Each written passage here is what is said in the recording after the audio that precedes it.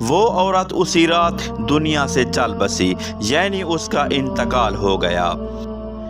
اگلی صبح لوگوں نے اس کے دروازے پر یہ جملہ لکھا ہوا دیکھا کہ اس عورت کے جنازے میں جو شخص شریک ہوگا وہ ایک جنتی ہے۔ لوگ شک میں پڑ گئے، یہ جملہ اس عورت کے حال و شان کے مناسب نہیں ہے۔ اس واقعے کو 3 دن گزرنے کے بعد اللہ تعالیٰ نے حضرت موسیٰ علیہ السلام پر وحی نازل کی کہ اس عورت کے جنازے میں شامل ہو اور اس کی نماز جنازہ پڑھاؤ اور لوگوں کو شامل ہونے کا حکم دو، کیونکہ میں نے اسے بخش دیا ہے اور اس پر بہشت واضح کر دی ہے، کیونکہ اس نے میرے نیک بندے کو گناہ کرنے سے بچایا ہے۔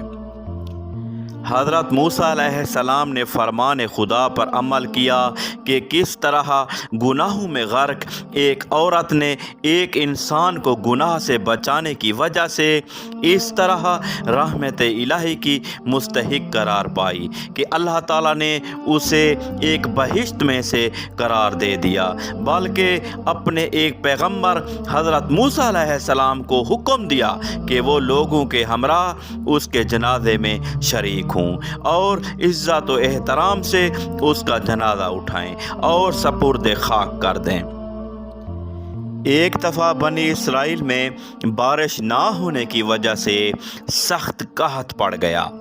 لوگ حضرت موسیٰ علیہ السلام کے دربار میں حاضر ہوئے اور کہا، آپ اللہ تعالیٰ سے دعا کیجئے کہ اللہ تعالیٰ ہم پر رحم فرمائے، ہمارے لیے بارش نازل فرمائے۔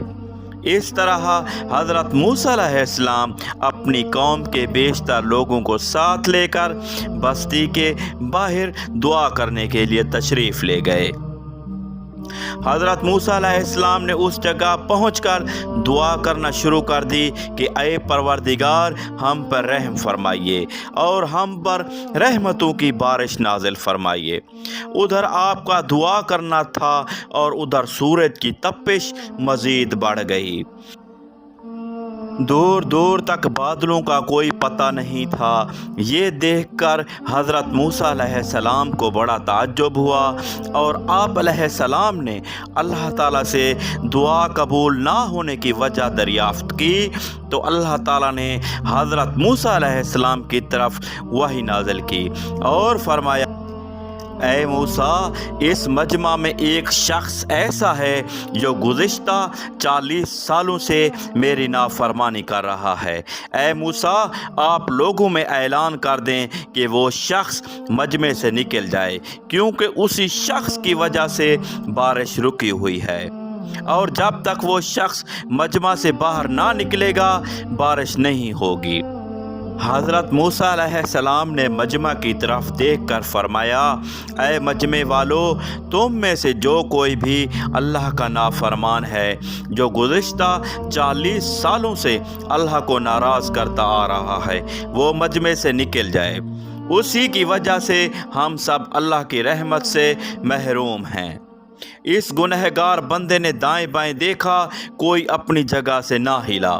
وہ سمجھ گیا کہ جس کی بات حضرت موسیٰ علیہ السلام کر رہے ہیں وہ گنہگار شخص میں ہی ہوں۔ وہ ایک سوچ میں پڑ گیا کہ اگر میں ان تمام لوگوں کے سامنے باہر نکلا تو میری بہت ضلالت ہوگی، اور اگر میں مجمع سے باہر نہ نکلا تو میری وجہ سے بارش نہ ہوگی۔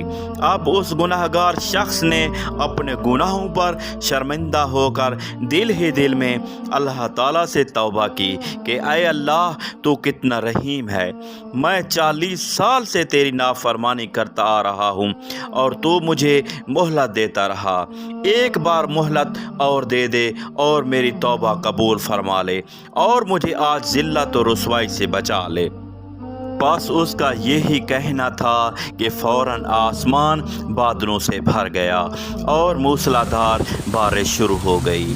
حضرت موسیٰ علیہ السلام نے دوبارہ اللہ تعالیٰ سے عرض کی کہ اے اللہ، آپ نے بارش برسانا کیسے شروع کی، حالانکہ اب تک تو مجمع سے کوئی شخص باہر نکلا ہی نہیں۔